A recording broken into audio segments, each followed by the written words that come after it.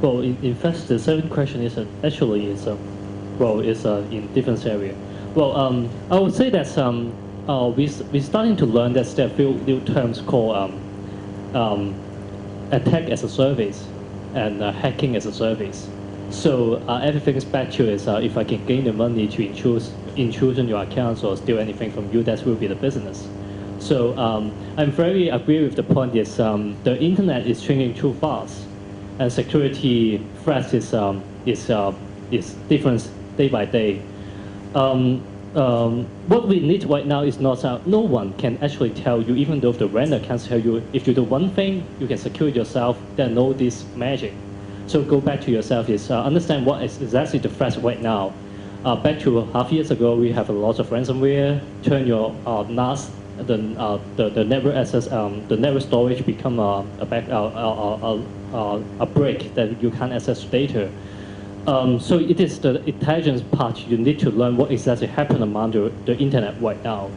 What you don't need to fear is that we already have the third team doing the collaboration between Hong Kong and other country among the world. Hong Kong third team actually, I'm not from the third, but I can tell you the third is not the government third. They are actually the private sector third, but other countries they have government third team, so they just working each other very close itself. Those botnet actually is the C2 is not located in Hong Kong. Most of them is located outside of Hong Kong, so that is already exists, and that kind of communication is already started. And I'm happy to see that the ISP itself also have something called the lateral operator group. So that even though the ISP itself is turning their mindset from a simple service provider to having a security awareness, but everything takes time to evolve. Even though the service provider, even though the programmer, they take time. So I'm very agree with Claudia said that as I mentioned before, is security is all by your own. How you secure yourself, how you alert the security threats, and why you need to share your data on the internet. And the final question is, I believe that you guys have a lot of email accounts, right? Who only have one email account? No, I guess you have a Hotmail, Gmail, Yahoo, Scener. My question is, did you try to shut down or opt out your accounts if you're not using it? No? Okay, so if your habit is you're using one password to all of the platform, including Facebook, including all those email accounts, so only one service provider compromise or having a security breach, then your password can be very easy to search by Google. And Google actually supports a very advanced system we call Google Hack. We can actually do this. So back to the realistic is how you keep your password safe, how you having a very good procedure if you're not using any internet service account anymore. I stopped my Twitter account like 3 times and I reactivate every time if I use it. So this is my behavior, and this is my practice. Strongly would like you guys to have this habit as well, because every account open on the internet can be very dangerous. So I can't actually answer all of the questions because some of them is really out of my expertise, but protecting the data is our own. That's the only question, only answer to all of the questions. Reminds me of the service to commit suicide on social media, how to turn off the accounts. That's very interesting. I want to pick on, I really think the indicators and measures is a very good question. You know, as global and as local initiatives, how do we really measure this with the changing dynamics and with, you know, how secure are the security solutions? I think that's a very good question. I don't have an answer, but this is definitely something we need to work together to figure out. And because also the measures kind of have an impact on really the balance between, again, privacy and security and how we want to balance it, because if we don't measure it and we let the government and the industry run wild, we will lose privacy for sure. The other thing that, you know, which relates to the collaboration and how long should we wait? Should we wait Yeah, my immediate question, of course, we don't wait for governments, but yes, we need to wait in a way. We need to work together.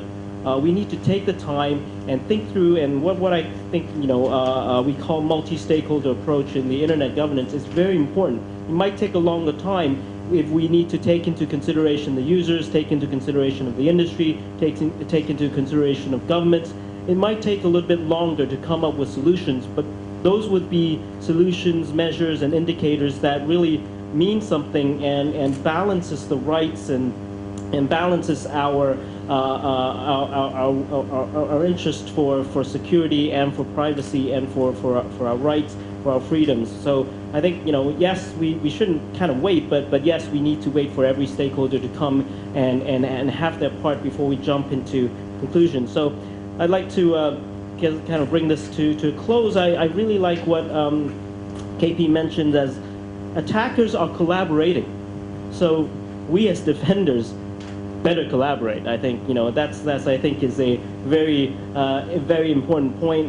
But with all this danger, I guess, out there, one of the first things that we need to remember as well is all the opportunities that the network has brought us. So don't let go. Don't give up on the opportunities on the what we call permissionless innovation on the internet. Don't give up on that as we think about security. So with that, please join me in a round of applause to the panel. Thank you.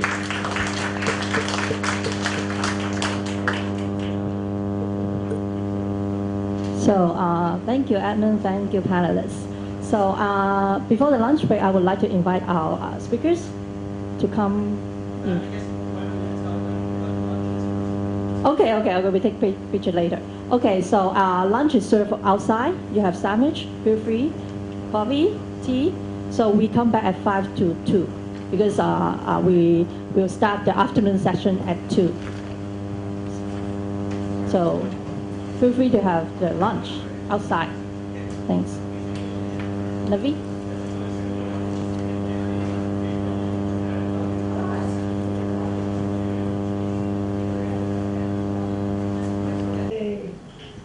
Namaskar from Bengaluru. We have around 70 people here with us today. Say hi, everybody. Excited to be a part of this conference. Looking forward to it. Thank you. Thank you. So, node number 6 is in Hong Kong. Hello. Hi. We're from the Hong Kong Internet Society. Here in the Hong Kong hub, we have about over 40 people. There's still some trickling back in after the lunch. We had very robust discussion already this morning. Looking forward to participating globally in the InterCommunity event. Welcome. So, node number 7 is Manila. Good day to everyone. We're here in Manila. We had a very great earning. Our original venue was full. So we were able to find a venue and there are about 50, 60 people here this morning.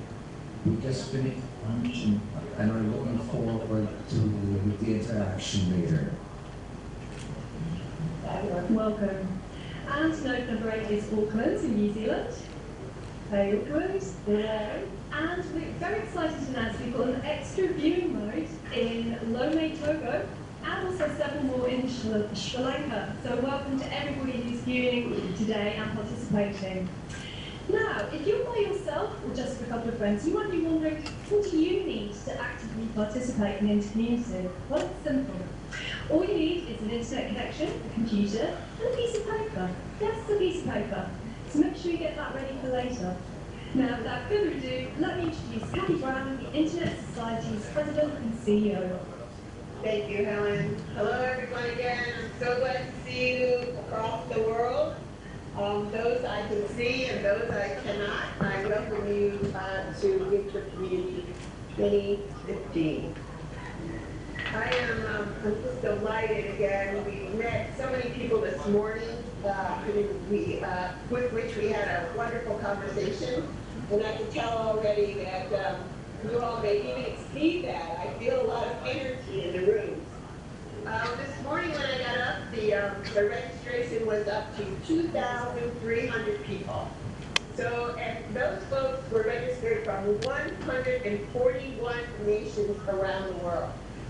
So imagine, those are our members, those are our ISOC folks, and there they are showing the breadth, the depth, and the expanse of the Internet Society.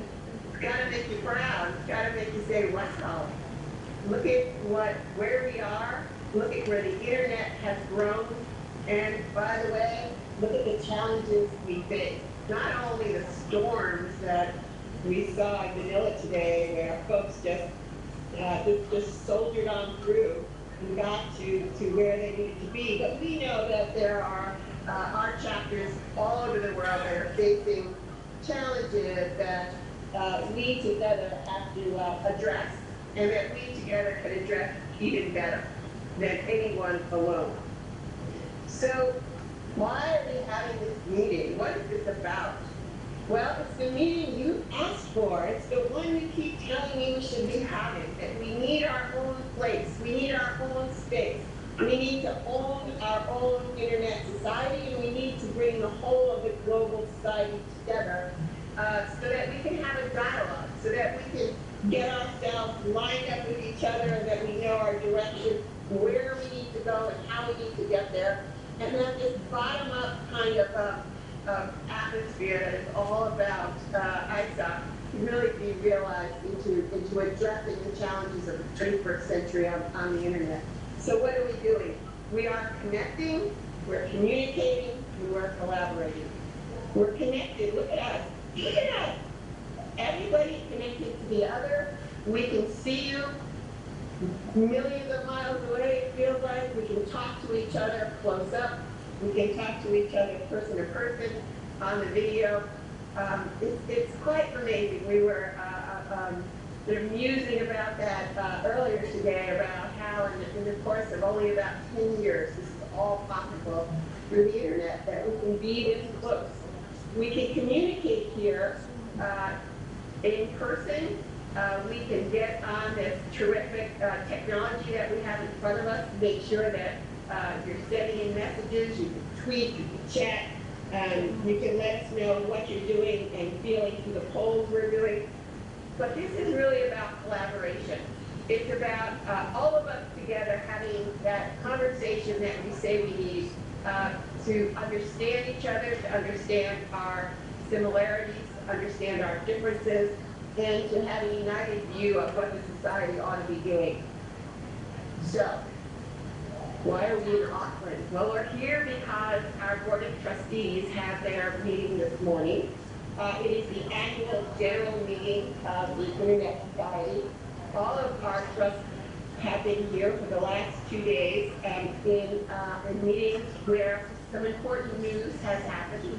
This is the meeting at which the officers of the Internet Society are elected. And once again, for his third term, Bob Higgin has been elected the chairman of the Internet Society. In addition to this, we have welcomed our new trustees, Alice Munia, Gonzalo Camarilla, Waleed Afab, and I'm going to get Waleed's name down, that last name that tells me Waleed, and John Levine. So thank you. They're here, and they're our new trustees, and we're delighted to have them. Of course, welcoming new trustees is bittersweet because we must also bid goodbye to 4 other trustees whom we have come to rely on for their deep commitment to our values, to their vision, and to their contribution of time and energy. So Dave Barber will be leaving the board, Rudy Babstick, Keith Davidson, our very own Keeley over there, and Eric Berger. So to them, we owe a great deal of appreciation, and we know they're not going to go very far away. So, before we go on to a program that is quite full and very substantive, I'm going to introduce Bob. He's going to take the podium. We have some business we want to do before we get to the to the heart of the matter. So let's get underway. Bob?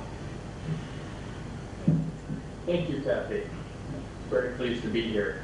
The board and I are really very excited to see you and also to have you see us. We don't get that opportunity very often. This has turned out to be a great event. We knew it would be great, but I think we were all a little nervous at the beginning. But it's also a great example of using the internet. I mean, it's clearly working. It's not this thing we just talk about, but it's this thing we use. And it really has changed the world.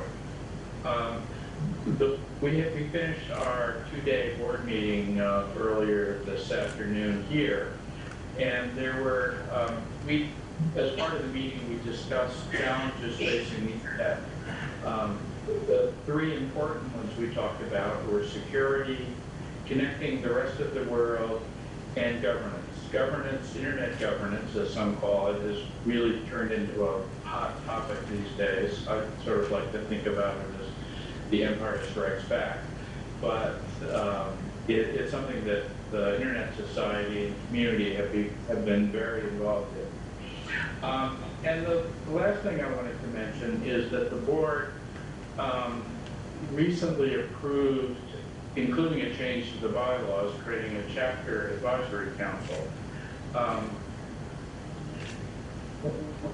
This has been something requested by the chapter community. We think it's a great idea.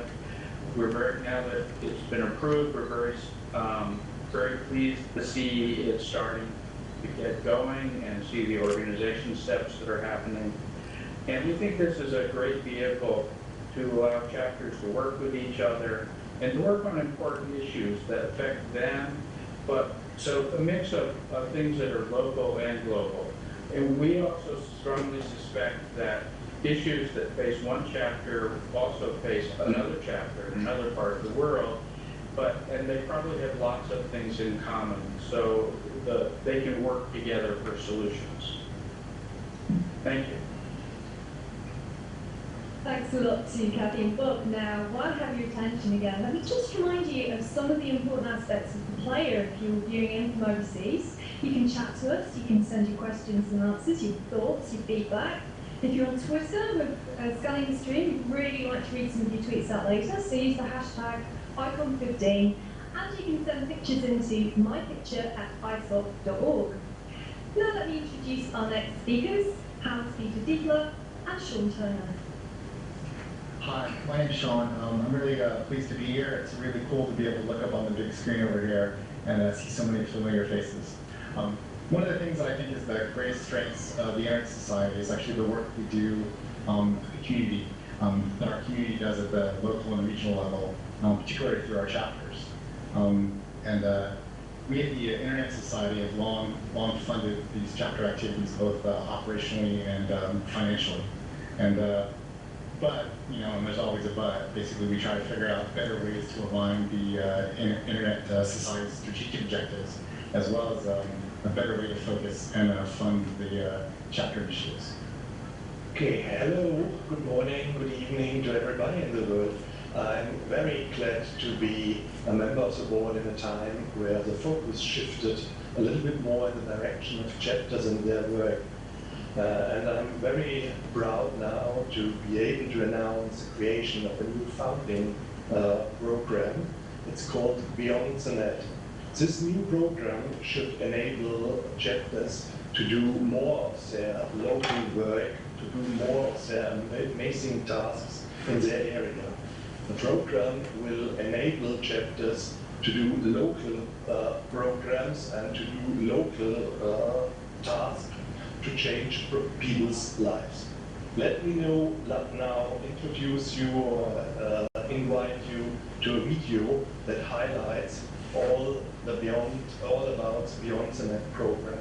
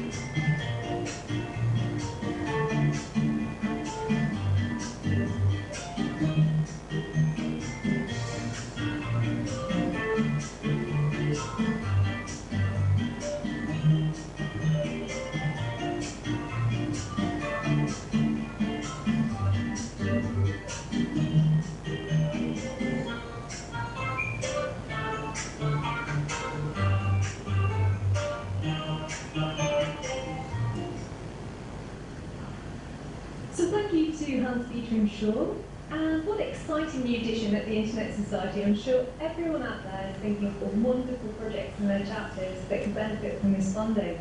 So take a moment and tell us on Twitter, using the hashtag #ICON15, about the project ideas in your chapter.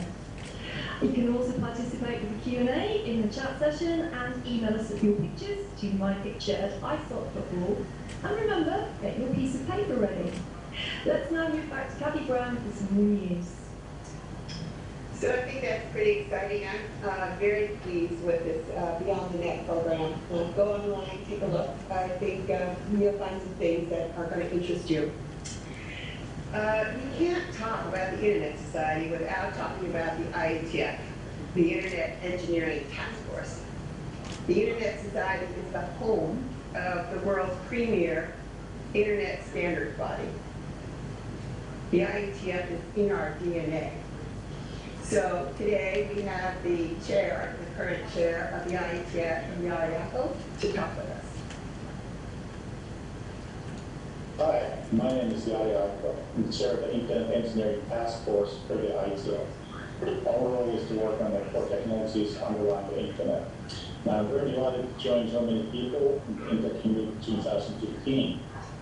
And the IETF, of course, has worked hard on making real-time communications possible over the Internet, such as this conference. And I'm very happy to be part of making the world be able to talk to each other. But besides real-time communication, the IETF works also on many other things. We have altogether 128 working groups. Some of the most interesting ones, perhaps, at this time are our work on the web protocols, or the evolution of the web. One of the things that we did earlier this year was we released a new version of the HTTP protocol, version 2, important protocol underlying the web, that are possible. We worked very hard on improving the privacy of the internet. As you know, that's an important topic as well. We work on enabling the technology underlying the Internet of Things, so all the devices and objects around you can connect and perform better. And the IETF works over the Internet, just like ISOP today. We'd be very happy to have you join our work at www.ietf.org. We also meet 3 times a year. Our next meetings will be in Prague, Yokohama, and Buenos Aires. We're very happy to see many of you there as well. And hello to everyone from the middle of the Internet. I'd like to actually explain what the organizational members that are members of the JPAT, Joint Policy Action Team, are focusing on in 2015. They have chosen to do work on 2 substantive issues, and the first one is actually to ensure that the high-level meeting, the WSIS plus 10 meeting that takes place in December this year, has a positive outcome. And they're working really hard to also try and make that meeting open and inclusive along other stakeholders in the Internet community. And the second issue that they wish that they're working on is to actually advance understanding of technical but also socio-economic issues connected to the pervasive encryption. As you know, pervasive monitoring has caused a lot of people trying to encrypt the messages, and so what this particular group is trying to do is come up with balanced and well-crafted recommendations for public safety executives, for network operators, for content developers, in order to bring more understanding and have a balanced recommendations. So we would like to invite all our members who have expertise in these particular areas to contact JPAT organizers and come and help with your expertise during the team. Thank you. So, here's another reminder that we want you to participate in this global conversation today. So if you're on Twitter, use the hashtag #ICON15, send us your pictures to mypicture@isop.org, and send your questions, thoughts and feedback into the play. Now we've got some great questions coming in, which we're going to be going to later on. So do take your opportunity to join in today. It's time now to jump into our first topic, the Internet Society's 2015 Global Internet Report. To tell you more about this report, we've got a short video to share. For many of us, it's difficult to imagine what a day would be like without our smartphone close by.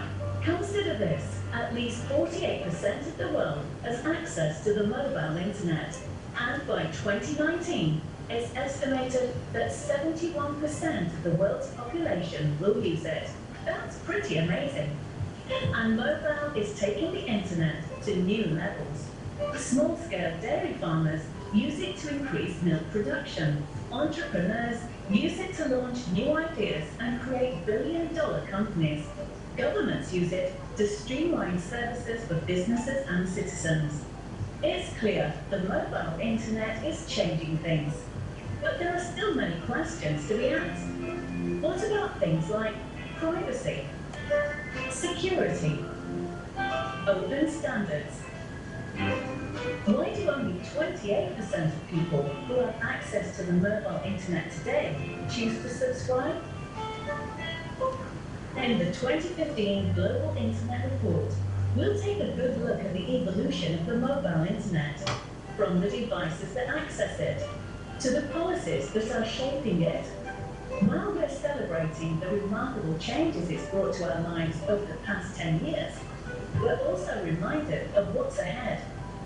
The mobile internet must be private and secure, accessible, affordable, and relevant to all users everywhere to continue to change the world.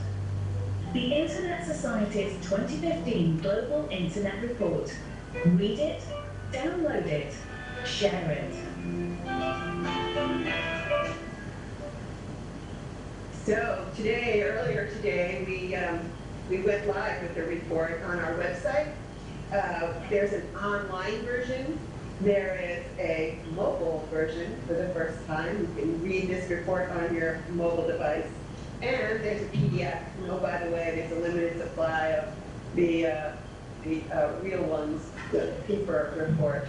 It's really a pretty exciting report, by the way. It's chock full of numbers, graphs, information, and it takes on some of the issues that the mobile platform and the mobile internet are going to present as we actually connect the rest of the world on these mobile devices. More about that in a moment.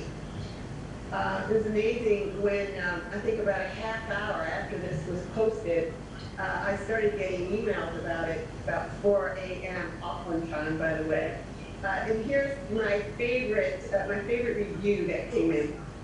The person said, "This is the most interesting, simple, and complex at the same time, well-designed, easy to read document on this issue." Pretty cool, huh?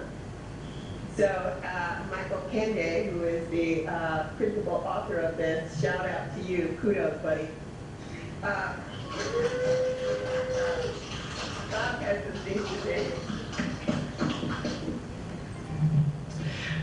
Yes, a few thoughts.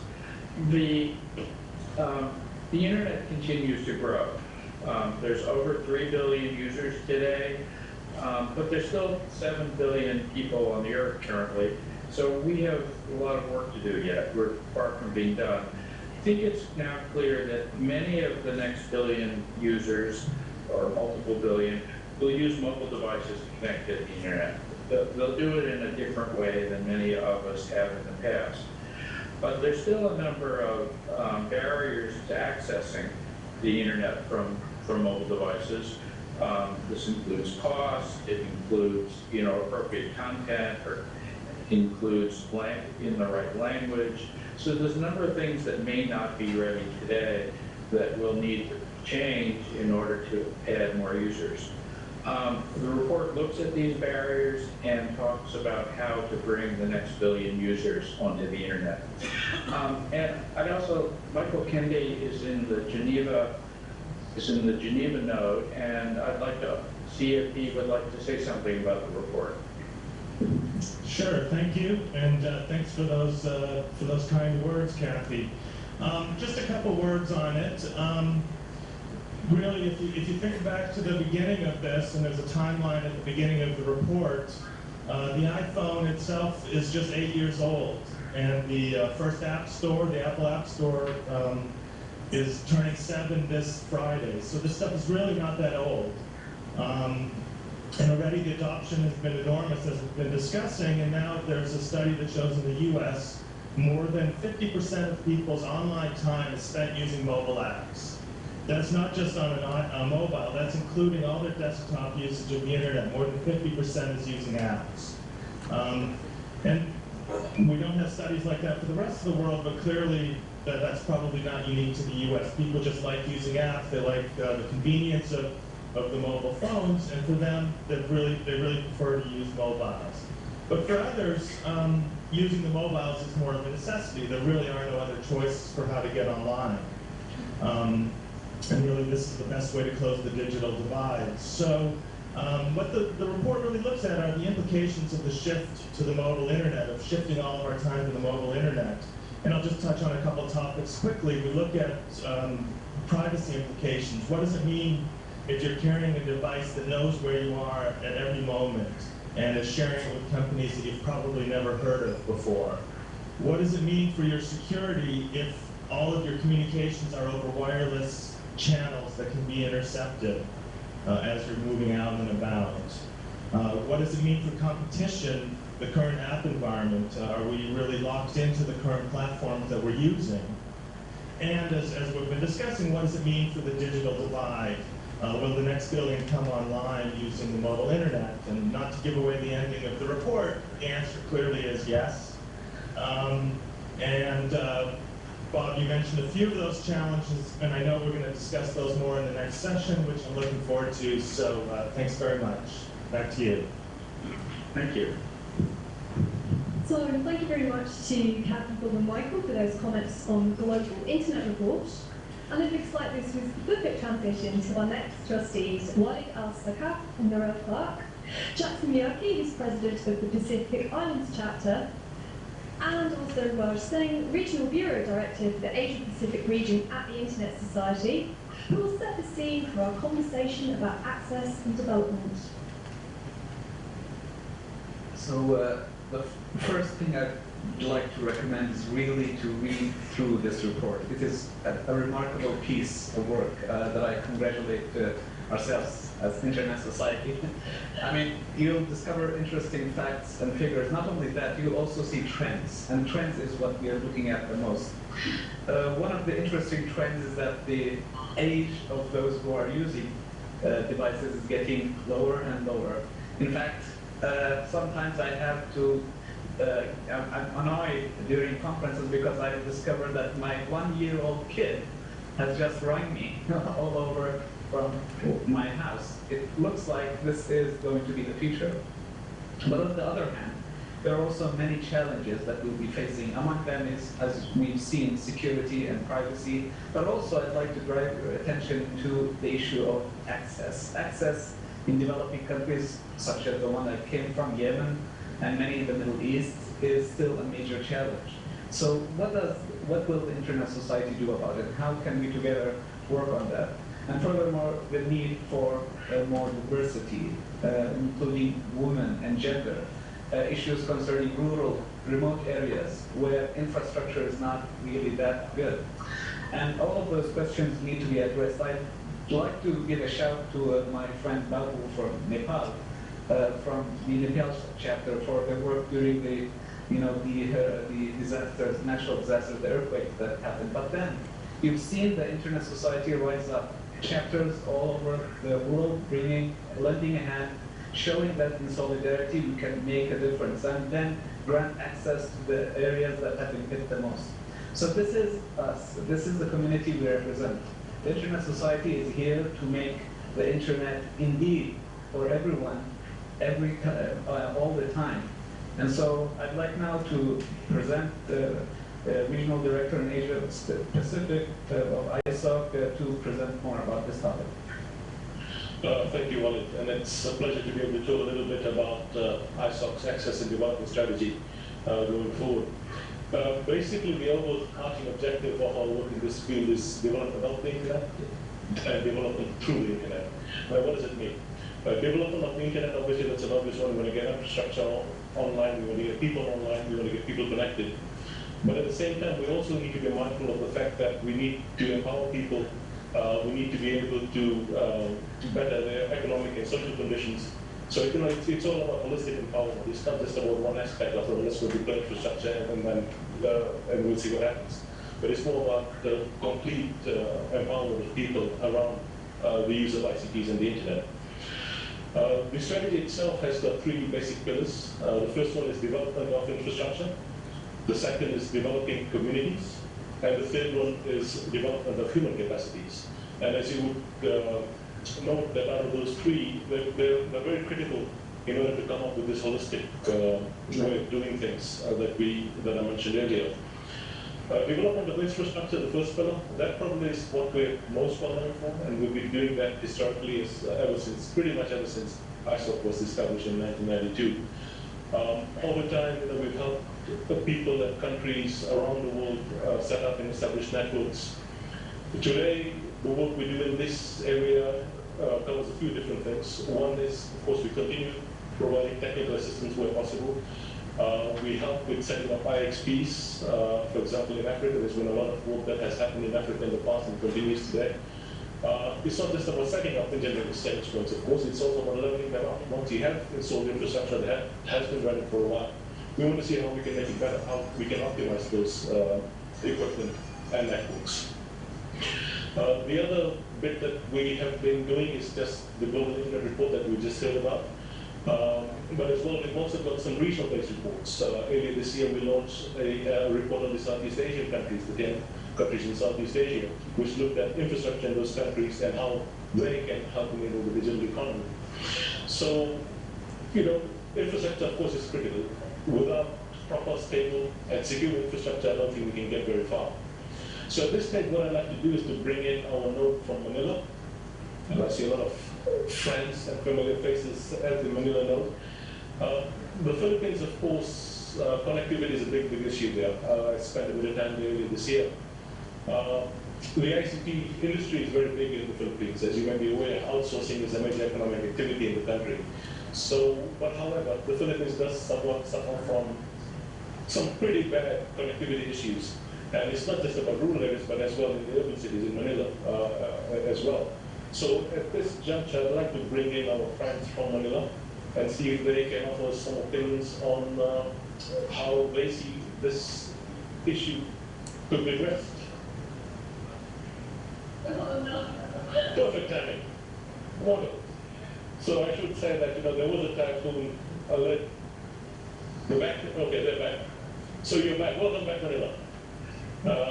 Could we have some comments for you from you on connectivity, which you seem to have just lost?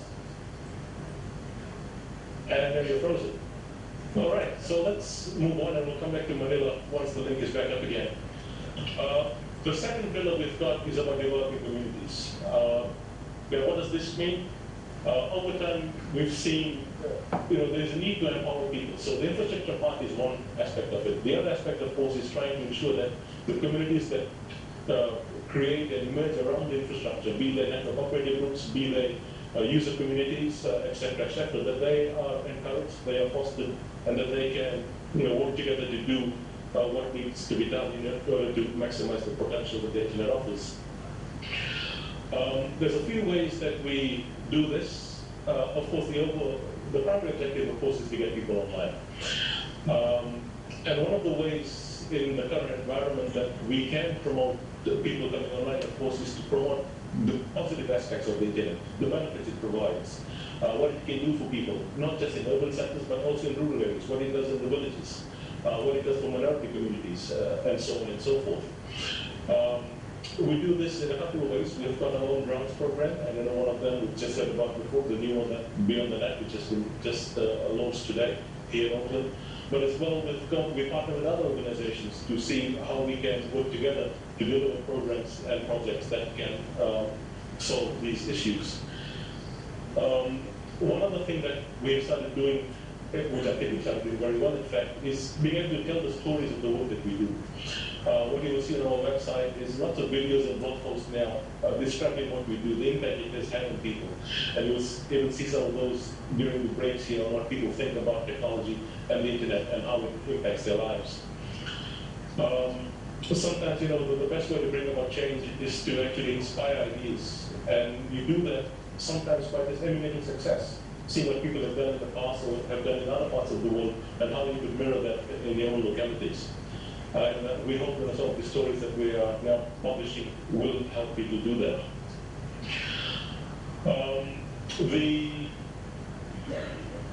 It's probably a good time for me now to bring in our Istanbul chapter. I recall during the formation process, one of the things that they were pretty keen on was promoting the positive aspects of the internet and the benefits it provides. So if our friends from Istanbul are online, I'd like them to perhaps provide some comments on what they made from the discussion so far and some comments on that. Merhaba Istanbul. Merhaba, thank you. Jeremy now speaking, again from ISOTR. Let me first refer to the Global Report and say that we really appreciate the Global Report being focused on mobile internet. And we're particularly interested in the mobile divide and how to overcome that, as it's quite a critical issue here in Turkey. And bridging the divide is also an essential element with regard to building communities, as you already said, is a priority of our chapter.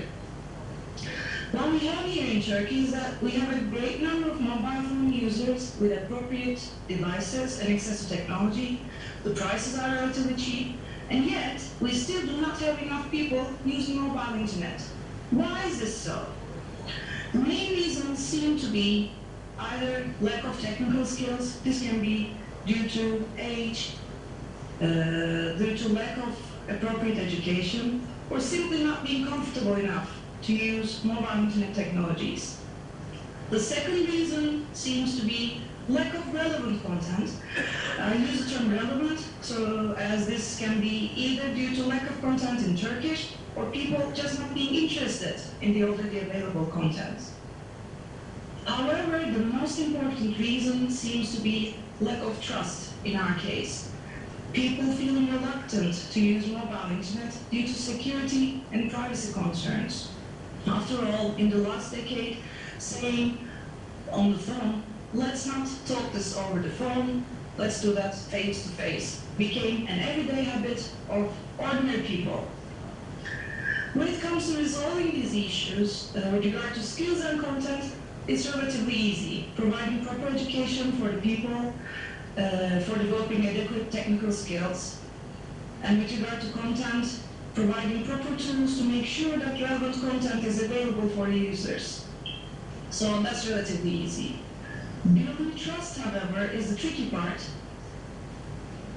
Hopefully, we will talk about this in more detail in our afternoon European Internet session on privacy and surveillance, moderated by the always amazing Frederick Dong, who is sitting right beside me. So from this perspective, I would like to raise a question to you on building trust. In the ISOC ecosystem, how do we reconcile trust and access, and what's the position of ISOC to achieve this delicate balance? And also we might have some questions from the audience.